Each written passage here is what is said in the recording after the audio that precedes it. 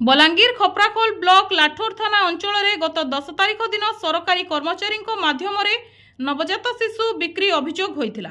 ए घटना पर पाटनागढ़ उपखंड प्रशासन और लाठोर पुलिस एक तदंत आरंभ करने सह शिशुर संपर्कीय और पुलिस उपस्थिति में चिकित्सित होता जमापड़ी।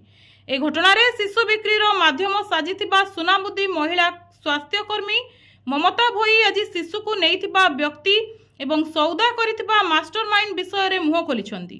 कलाहांडी रामपुर अंचलर राजेंद्र अग्रवाल और आभा अग्रवाल को उक्त शिशुकन्या दिया जाइथिबा जणाइछंती एएनएम।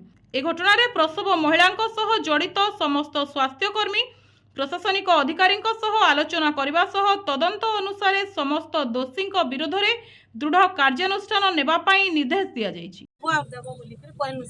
घर के आनला सर तारा होजमे तापरे मते फोन कला जे मुई आमे छुआ के नहीं रखूं बोली आ से मां भी कहला सर मुई नहीं रखे बिल्कुल दे देबे बोली कहला सर आ से निजे निजे सर से देई छे सर नहीं से लोकटा के ठीक कर देइतला से कहूची कि तुम्हें से लोक ठीक करलो जा हां सर से हम जने साथ अछो ताको प्रोसीजर आपन काहे की फॉलो नहीं कर सर मुझे की पता नहीं जानसन नहीं प्रोसीजर आपन नहीं जानी कि विदाउट फॉलोइंग द प्रोसीजर आपन काहको अडॉप्शन पई दे पारिबे नहीं।